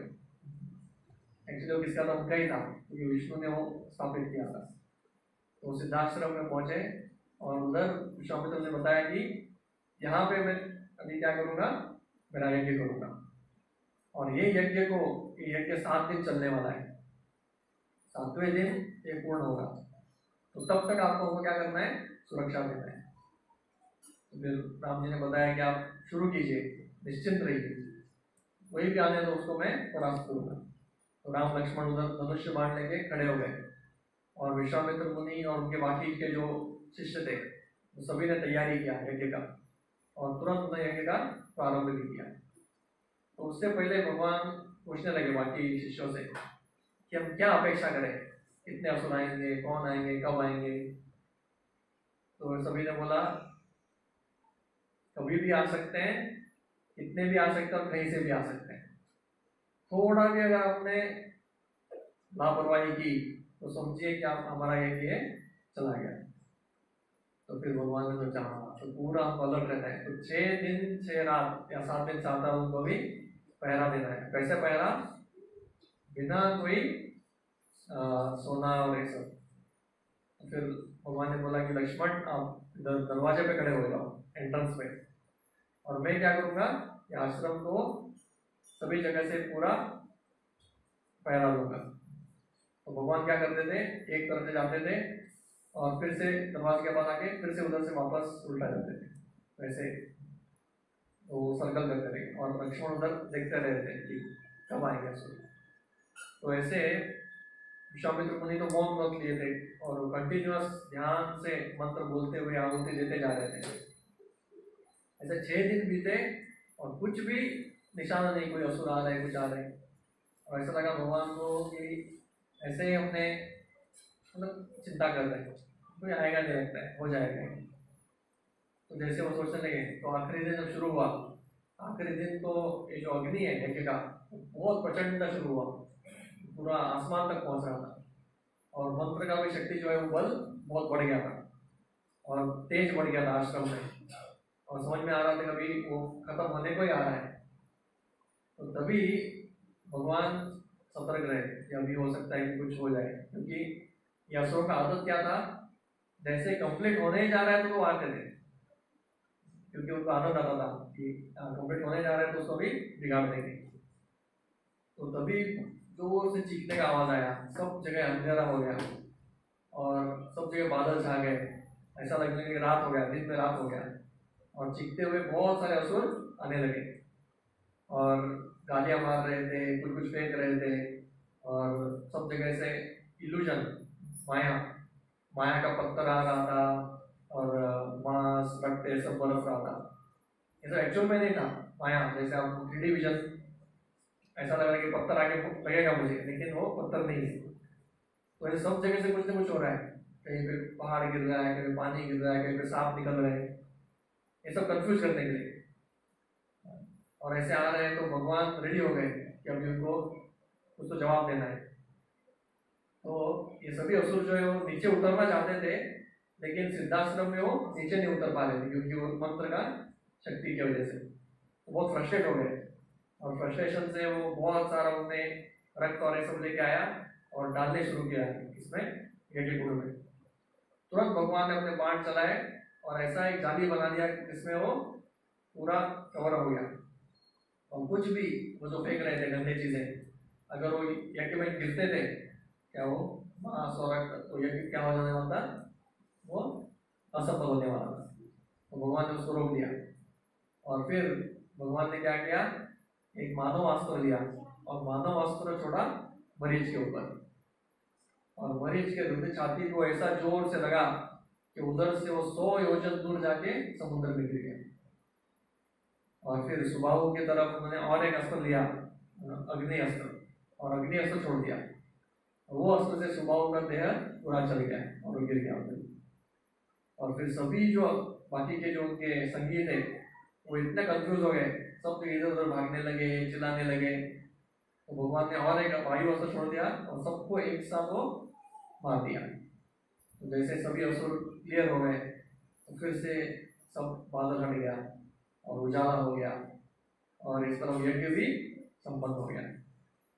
तो ऐसे भगवान ने ये पूरा यज्ञ को सफल किया और सभी जो ऋषि मुनि थे वो बहुत प्रसन्न हो गए और आगे सब भगवान को कॉन्ग्रेचुलेट की कि आपने बहुत ये दिखाया, उसको पराक्रम दिखाया। तो ऐसा करके बहुत सुंदर यज्ञ सफल हो गया। फिर यज्ञ की सफलता के बाद अभी विश्वामित्र मुनि और बाकी के जो ये थे वो सभी तैयारी करने लगे मिथिला जाने के लिए। उनको ऐसा न्यूज आया था कि मिथिला में एक बहुत बड़ा यज्ञ होने वाला है और यज्ञ को देखते जाना था। तो सभी ऋषि मुनियों का वही कार्य है, उनका क्या है, किधर प्रवचन हो रहा है, किधर यज्ञ हो रहा है, किधर अनुष्ठान हो रहा है, उधर उधर जाने का उनका इच्छा रहता है। जैसे इधर भी कैसे जो पार्टी करते हैं देखते रहते ना, एंटी सोशल किधर है इधर और कुछ है, वैसा कुछ कुछ होता है तो उनको आकर्षित होता है, मैं पार्टी जाऊंगा। वैसे ऋषि मुनि का कैसा आकर्षण रहता है, किधर यज्ञ हो रहा है, किधर प्रवचन हो रहा है, उधर जाएंगे, किधर महात्मा का संग मिलेगा। और उसी तरह से अभी वो सोचे कि मिथिला जाऊंगा।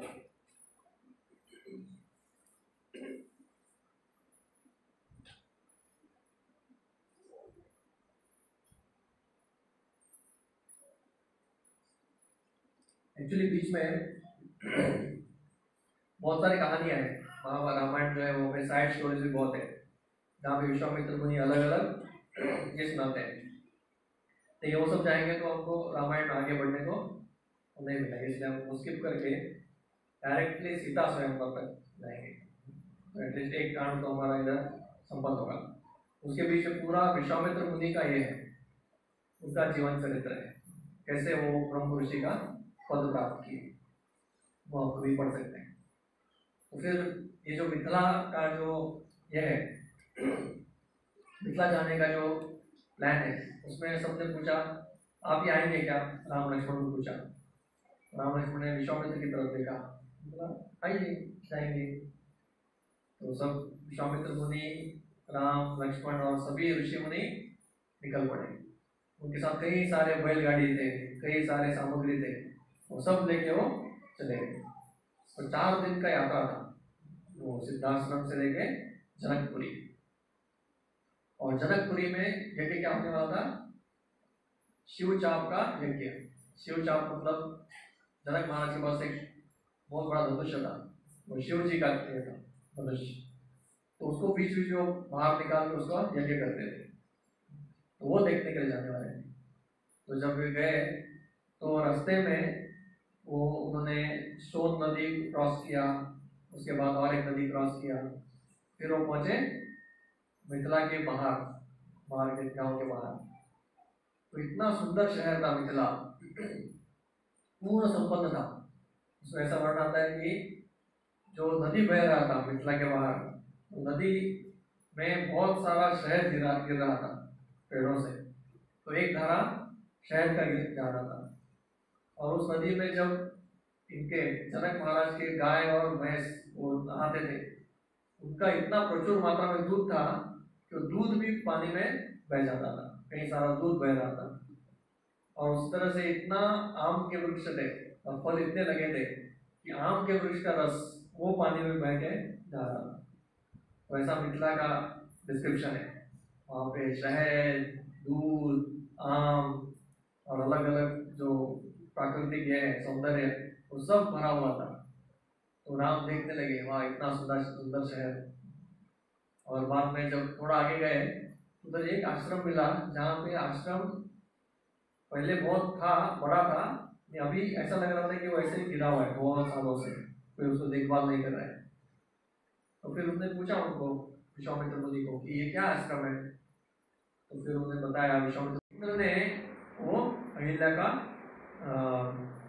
मान भंग किया और उसको शाप दिया। फिर गौतम ऋषि ने इसको इंद्र को भी शाप दिया और अहिल्या को। अहिल्या को क्या शाप दिया, या पत्थर बन जाएंगे।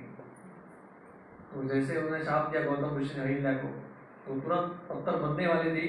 तो उसने क्षमा याचना किया कि आप क्षमा कर दीजिए, मेरा बहुत बड़ा गलती हुआ। तो गौतम ऋषि का हृदय में थोड़ा कंपैशन आया और उसने बोला कि ठीक है, आगे जाके जब राम आएंगे तो राम के चरण स्पर्श से आपका उद्धार हो जाएगा और फिर से हम दोनों का मिलन होगा। तो वैसे अहिल्या उधर पत्थर बन के रहेगी। कई सारे, ऐसा बोलते हैं, कई सारे साल तो बीत गए, युग नहीं, कई सारे साल बीत गए थे, हजारों साल, और वैसे पत्थर के रूप में प्रतीक्षा कर रही थी। और अहिल्या पछतावा कर रही थी कि आप कैसे मैंने गलती किया। तो अभी विश्वामित्र ने बताया कि उनके सामने खड़े हुए थे, अहिल्या पत्थर के रूप में थी, और उन्होंने बोला कि अभी इसको आप चरण स्पर्श करो, विश्वामित्र ने बताया। तो इधर आचार्य बोलते हैं कि भगवान के हाथों का जो गुण है वो असुरों को मार के उन्हें दिखाया, मरीच, सुबाहु और बाकियों को। और अभी वो अपने चरण कमल का गुण दिखाने वाले हैं। तो जैसे उन्होंने अपने चरण कमल स्पर्श किया अहिल्या को, तुरंत अहिल्या का सभी पाप धुल गया और वो तुरंत अपने ओरिजिनल स्वरूप में प्रकट हो गई और राम को नमस्कार किया और बहुत बहुत क्षमा याचना करके उनको वेलकम किया। तो भगवान के हाथ भी बहुत कृपालु है। तो एक स्त्री जो ताटका है उसका उन्होंने हाथ से उद्धार किया और एक स्त्री अहिल्या को उन्होंने पैर से उद्धार किया। ये दोनों में फर्क क्या है कि अहिल्या जो है वो पश्चाताप की अग्नि में जल रही थी और वो शुद्ध हो गई थी, और ताटका जो है वो कभी पश्चाताप नहीं की, इसलिए उसको मार के उतार दिया।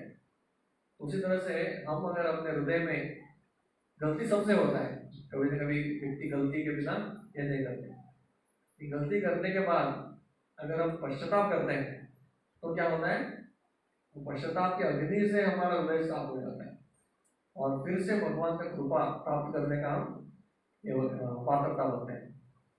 लेकिन गलती करने के बाद अगर हम क्या नहीं करते, पश्चाताप नहीं करते और फिर से वही गलती करते रहते हैं, तो फिर भगवान का हम दंड के पात्र बनते हैं। तो ये फर्क है।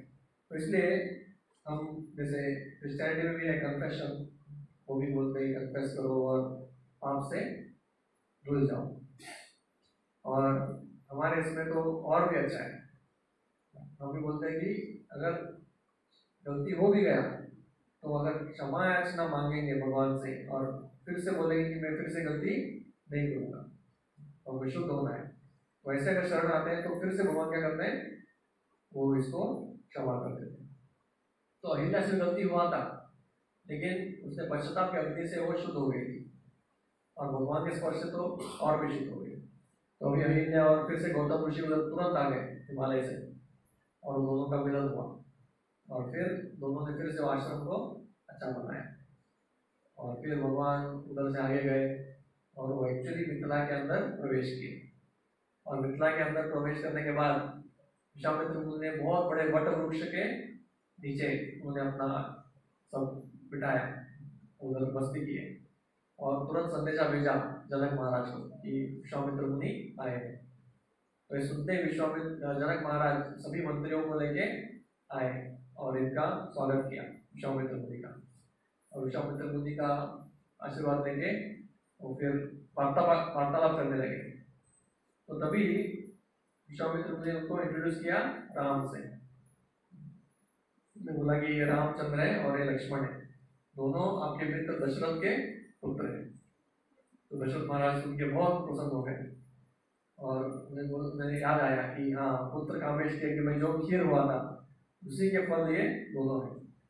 तो उन्होंने याद किया और बोले कि बहुत बहुत हम धन्यवाद देते कि आप दोनों इधर आए। और एक्चुअली में उनके हृदय में एक आशा भी जागृत हुआ, उनके हृदय में आशा जागृत हुआ कि हो सकता है कि यही मेरे पुत्री सीता का वर बनेंगे, क्योंकि बहुत सालों से उनको चिंता था और कोई भी व्यक्ति जो है वो अभी तक सीता का वर नहीं बन पाया था। तो उसका कहानी ऐसा है, वो विश्वामित्र मुनि को साइड में लेके जाते हैं और बताते हैं कि उनका ये क्या चल रहा है, हृदय में क्या चल रहा है। जनक महाराज को बहुत बड़ा टेंशन था और सभी जो जनता है उनको ब्लेम कर रही थी कि उन्होंने क्या कंडीशन रखा है, या ऐसा कंडीशन रखा है कि इसके वजह से उनके पुत्र का कोई शादी होगा ही नहीं। तो उन्होंने विश्वामित्र मुनि को अपना हृदय बताया कि मैंने कंडीशन रखा है कि जो भी व्यक्ति ये शिव चाप को उठाएंगे अपने हाथ से और उठा के उसको प्रत्यक्ष चलाएंगे, उसी को सीता का हाथ मिलेगा। तो विश्वामित्र ने पूछा कि आपने ऐसा क्यों रखा कंडीशन? तो जनक महाराज ने बताया, ये मैंने सबको बताया नहीं लेकिन आपको बताता हूँ। एक बार क्या हुआ कि सीता वो जब बहुत छोटी थी और खेल खेल में एक बार उसका जो बॉल है चंडू, वो एक टेबल के नीचे चला गया जहाँ पे ये रखा हुआ था शिवजी का धनुष, और वो निकालने के लिए इसने क्या किया, एक हाथ से वो जो ये धनुष है उसको एक हाथ से उठाया और दूसरे हाथ से वो चट्टू निकाल के फिर से उसको रख दिया। तो जैसे महल के लोग देख रहे थे तो देखते देखते बेहोश हो गए, और आगे जनक महाराज को खबर दिया कि आपकी पुत्री क्या कर रही है। खेत खेत में उसने उठा लिया। वैसे और एक वर्जन भी है कि उसको फूल निकालने थे, तो फूल निकालने के लिए ढूंढ रही थी कि तो लकड़ी है क्या। तो अंदर महल में देखा तो बहुत अच्छा धनुष है, तो धनुष को उठा के लेके पेड़ से उसने टहनी को नीचे उतारा, अंदर से फूल निकाल के फिर से रख दिया। तो जैसे खबर जनक महाराज को मिला तो तभी जनक महाराज सोचने लगे, अरे अगर ये इतने शक्तिशाली है उसका पति कैसा रहना चाहिए। अगर किसी के साथ भी शादी करेगी और उसको आलिंगन दे देगी तो क्या है, वो उधर ही मर जाएगा। उसको पति भी कौन चाहिए, ऐसा ही चाहिए जो एटलीस्ट वो धनुष को उठा तो ले, उसको चलाना छोड़ दो, उठाना तो चाहिए। तो तभी जनक महाराज ने बोला कि जो भी सीता का हाथ चाहता है उसने ये धनुष को उठाना चाहिए। तो पूरा जब संदेश पूरे इसमें फैल गया तीनों लोगों में, और सबको पता था कि सीता बहुत सुंदर है। सीता देवी इतनी सुंदर थी कि वो पूरे तीनों लोगों में सबसे सुंदर थी, वो लक्ष्मी है स्वयं। तो सभी लोग आने लगे, गंधर्व, यक्ष, कई सारे देवता भी आए, और सब लोग आगे प्रयास करने लगे कि ये धनुष को उठाए। कई राक्षस भी आए, और कोई भी वो धनुष को हिला भी नहीं पा रहा था, उठाने का तो छोड़ ही दो। तो काफी लोगों ने लगा कि ये हमारा मजाक उड़ा रहे हैं, कौन, जनक महाराज, इसको तो कोई उठा भी नहीं पाएगा। तो सभी लोगों ने फिर से जनक महाराज के ऊपर आक्रमण किया, और आक्रमण कर रहे थे तभी जनक महाराज ने काफी दिन तक उनको डिफेंड किया, लेकिन बाद में उन्होंने भगवान से उनसे प्रार्थना किया, इनसे देवताओं से, क्या आप मुझे मदद करो। तो देवताओं की मदद से सबको भेज दिया वापस। तो ऐसा था कहानी कि तीनों लोगों में सबने प्रयास किया हुआ था, अब तक कोई भी उठा नहीं पाया था। तो जिनको पता नहीं था सीता का शक्ति, वो सब लोग जनक महाराज को बोलते थे, अरे कैसा पिता है, लगता है अपने पुत्री को कुंवारा ही रखेगा। तो जनक महाराज बोलते, मेरा बहुत बड़ा चिंता है, और विश्वामित्र मुनि आप भी कुछ कर सकते हैं, क्यों ना हम ये दोनों को बोले प्रयास करने के लिए। तो विश्वामित्र बोले, आप चिंता मत करो, लगता है कि आपका चिंता भी चला जाएगा। तो फिर विश्वामित्र मुनि ने बोला कि आप ये हम सबको धनुष दिखाने का एक स्वयं को रखो, और हमको ये दिखाओ, धनुष दिखाओ। तो बोला ठीक है। तो बाद में अगला दिन वो ये था जो धनुष का देखने का स्वयं को रखा गया। उन्होंने तभी ये धनुष के बारे में बताया, धनुष इतना शक्तिशाली क्यों है। ये धनुष को दो धनुष बनाए थे विश्वकर्मा ने, एक धनुष उन्होंने विष्णु को दिया और दूसरा धनुष दिया शिव जी को। और ये दोनों धनुष जो है वो इस दुनिया के सबसे बड़े धनुष थे, बहुत बड़े और शक्तिशाली। और यही धनुष से शिव जी ने त्रिपुरासुर को मारा। ठीक है, बहुत लंबा जाऊंगा, नहीं तो अभी शॉर्टकट करेंगे। तो आगे जाके क्या हुआ, ये धनुष को बाद में उन्होंने दक्ष को दिया, फिर दक्ष ने देवदत्त को दिया, और देवदत्त जो है उन्होंने जनक महाराज को दिया। ऐसे करके जनक महाराज की परंपरा में ये धनुष आया था। तो वो ये धनुष हमारे परंपरा में है। और वो धनुष जब उन्होंने जनक महाराज ने बाद में धनुष को लाने को बोला अपने सैनिकों को, तो तुरंत 5000 सैनिक उड़ गए। सब बोल रहे इतने सारे सैनिक क्यों उड़ गए, जो पहली बार देख रहे थे। तो हट्टे कट्टे 5000 सैनिक उड़ गए और दूसरे रूम में गए, और उधर से और एक 500 बैल, हट्टे कट्टे बैल को उनको लगाया, और 5000 जो सैनिक थे वो सब ने मिलकर जब बहुत जोर से ढकेल के वो धीरे धीरे धीरे लेके आए। वो धनुष इतना हैवी था, ऐसा लग रहा था कि जैसे बहुत बड़ा पहाड़ हो, बहुत बड़ा मतलब मंदराचल पहाड़ या हिमालय पहाड़, उसको लेके आके रखा। तो ये किसी से हिलता भी नहीं था, तो उसको उठाने का तो फिर कोई सोच भी नहीं सकता। तो जब ऐसे लेके आया, उसके ऊपर बहुत सुंदर कपड़ा रखा था, तो जैसे उसको उठाया तो देखा तो इतना सुंदर था वो, सभी हीरे और जवाहरातों से वो जड़ा हुआ था, बीच बीच में अलग अलग लेदर से बांधा हुआ था। तो देखने में बहुत तेजस्वी था। तो देख के राम लक्ष्मण बहुत खुश हो गए, क्षत्रिय है, तो अच्छे धनुष को देख के वो खुश हो गए। तो फिर उन्होंने विश्वामित्र मुनि को परमिशन पूछा कि क्या हम उसको देख सकते हैं, नजदीक से देख सकते हैं। तो विश्वामित्र मुनि जाओ देखो। तो दोनों स्पेशली राम ने और नजदीक से उन्हें देखा मनुष्य को। फिर से विश्वामित्र मुनि की तरफ देखा, क्या मैं उसको छू सकता हूँ? छू लो। भगवान ने उसको छुआ, फिर उसको प्रदक्षिणा किया 3 बार। फिर से बाद में इनकी तरफ देखा, विश्वामित्र मुनि की तरफ, क्या मैं उसको उठा सकता हूँ? तो उठाओ। तो तभी सभी जो देखने वाले थे वो सबका हृदय अपने मुंह में था कि यही एक लास्ट होप है। और सबको लग रहा था कि यही परफेक्ट मैच है किसके लिए? सीता के लिए। उनका सुंदरता, उनका तेज, सब कुछ परफेक्ट मैचिंग है। और थोड़ों को लग रहा था कि छोड़ दो कंपटीशन, अगर फेल हो गया तो फिर क्या होगा। बहुत लोग बोल रहे थे कि डायरेक्ट शादी करा दो सीता से, वो सब भूल जाओ। लेकिन फिर भी, और जनक महाराज को भी एक समय ऐसे लग रहा था, अगर विश्वामित्र मुनि बोलते तो वो भी सोच रहे थे कि क्या मैं शादी कराऊं। विश्वामित्र बोला उठाएंगे वो। तो फिर भगवान राम ने ध्यान से देखा उस मनुष्य को, और सब लोग देख रहे थे, उनको एक्शन मिस नहीं करना था कि उठाएंगे क्या नहीं पता नहीं। तो तुरंत उन्होंने अपने राइट हैंड से उसको एक क्षण में उसको उठा लिया। ऐसा उठाया जैसे कुछ है ही नहीं उसमें, जैसे हाथी कमल को उठाता है आसानी से, उतना आसानी से उठा लिया। उसको जमीन पर रखा और एक पैर से पकड़ा और दूसरे हाथ से प्रत्यंचा खींच लिया। और खींच के जैसे बांध रहे थे, तो बांधते बांधते सडनली ऐसा जोर से आवाज आया लाइटनिंग की तरह, और तो बीच में वो टूट गया। और सिर्फ जनक महाराज, विश्वामित्र मुनि, लक्ष्मण और राम को छोड़ के बाकी सब बेहोश हो गए, इतना जोर से आवाज से।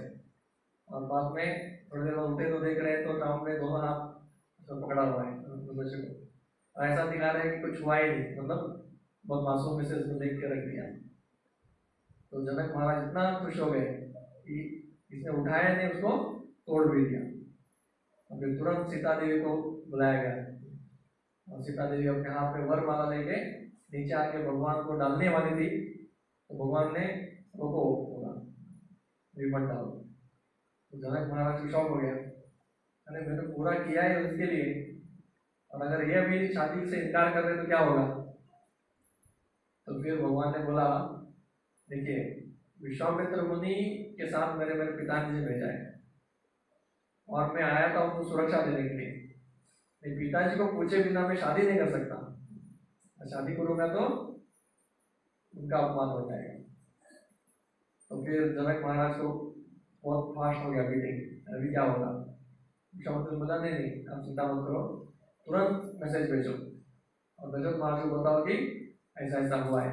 वो स्वीकारेंगे, क्यों नहीं स्वीकारेंगे।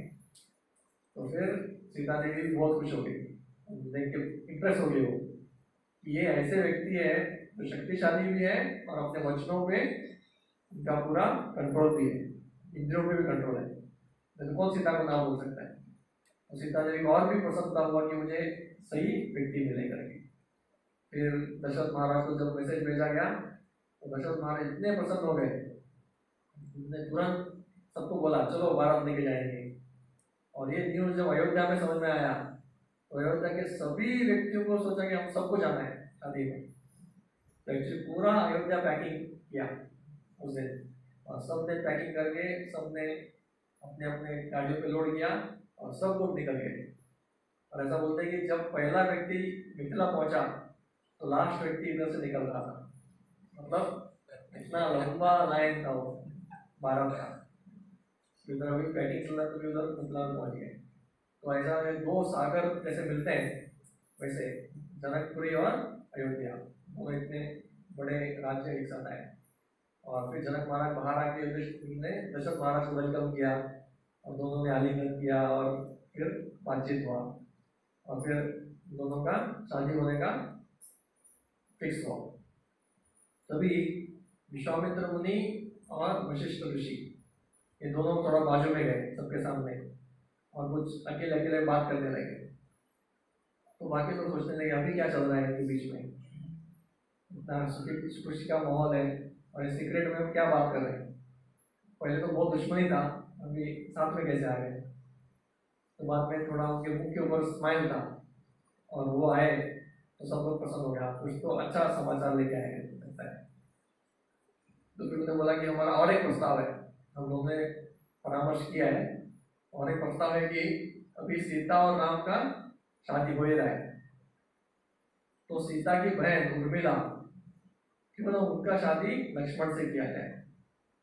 और उसी तरह से जो जनक महाराज के और एक जो भाई है, उनका उनके दो बेटियां हैं, वो दोनों बेटी शुद्ध कीर्ति और एक उनका शादी भरत और शत्रुघ्न में से किया जाए।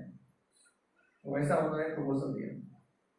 तो ये सुन के दशरथ महाराज तो और भी खुश हो गए, और सब जगह और भी सेलिब्रेशन 4 गुना बढ़ गया।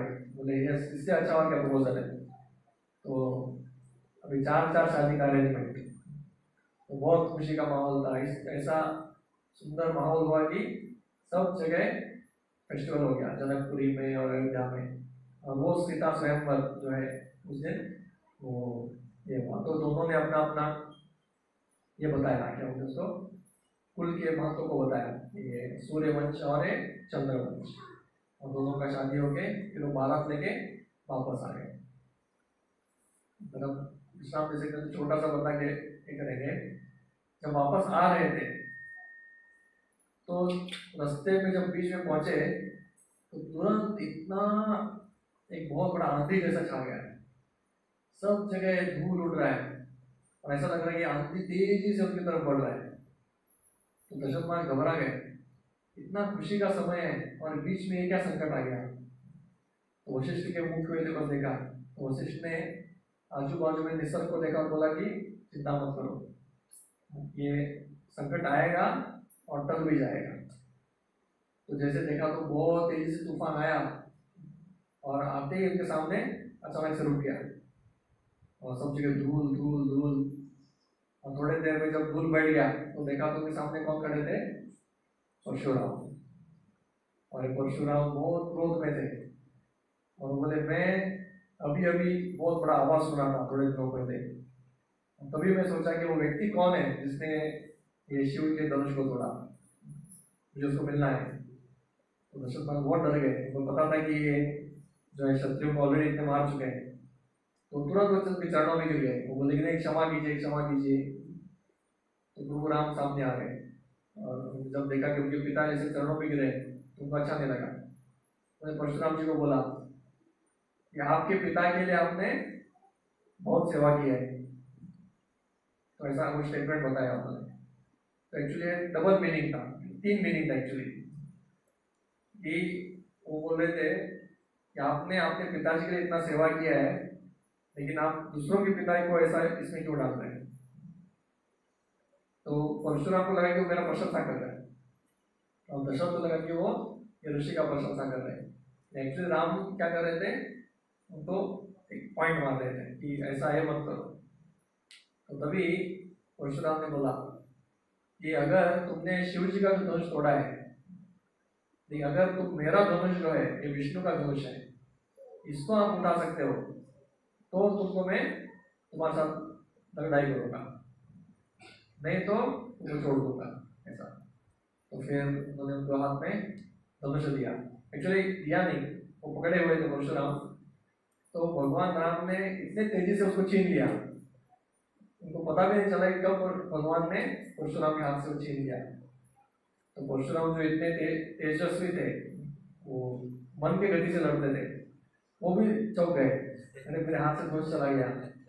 तो देख के वो इम्प्रेस हो गए, और ये धनुष को भगवान ने आसानी से ये कर दिया, उसका प्रत्यंचा चढ़ाया, और एक धनुष के बाण उसको ऊपर चढ़ा दिए। तो परशुराम समझ गए कि अगर ये व्यक्ति इतना आसानी से कुछ ले सकता है तो ये भी एक विष्णु के अवतार है। तो तभी परशुराम शांत हो गए, वो बोले सही जगह पे पहुंच गया धनुष, अभी मुझे कोई ये नहीं है, उसका कुछ लेना देना नहीं है। तो फिर राम ने बताया मैंने अभी इसके ऊपर बाण चढ़ाया है, और मुझे आपको मारना नहीं है क्योंकि आप ब्राह्मण है, आप बताइए इसको मैं क्या करूं। 2 ऑप्शन है, वो बोले कि मैं आपके एक शरीर के एक लिंब को मार सकता हूँ, पैर को या किसी कोई एक चीज को, नहीं तो आपके सभी पुण्यों को वो छीन के चला जाएगा, तपस्या के फल को। आप चूज करो क्या चाहिए।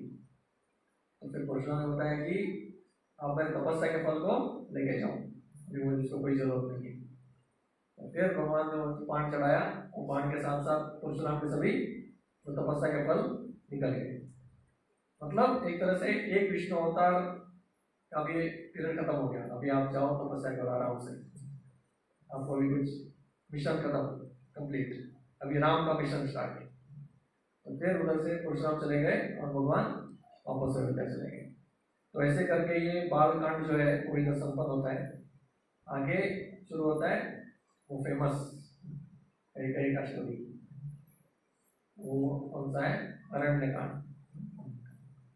वैसे तो कल रामनवमी है, और रामनवमी के दिन आप सभी ध्यान कीजिए कि आप भगवान राम से आप भक्ति का ये मांग सकते हैं, आकर्षण।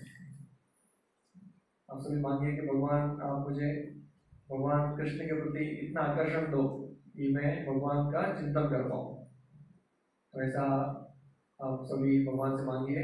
और एक्चुअली आचार्य बताते हैं कि जैसे ये वैदुर्य जन्म है, वो अलग अलग रूप से देखने, अलग अलग तरह से देखने से अलग अलग दृष्टि दिखाता है,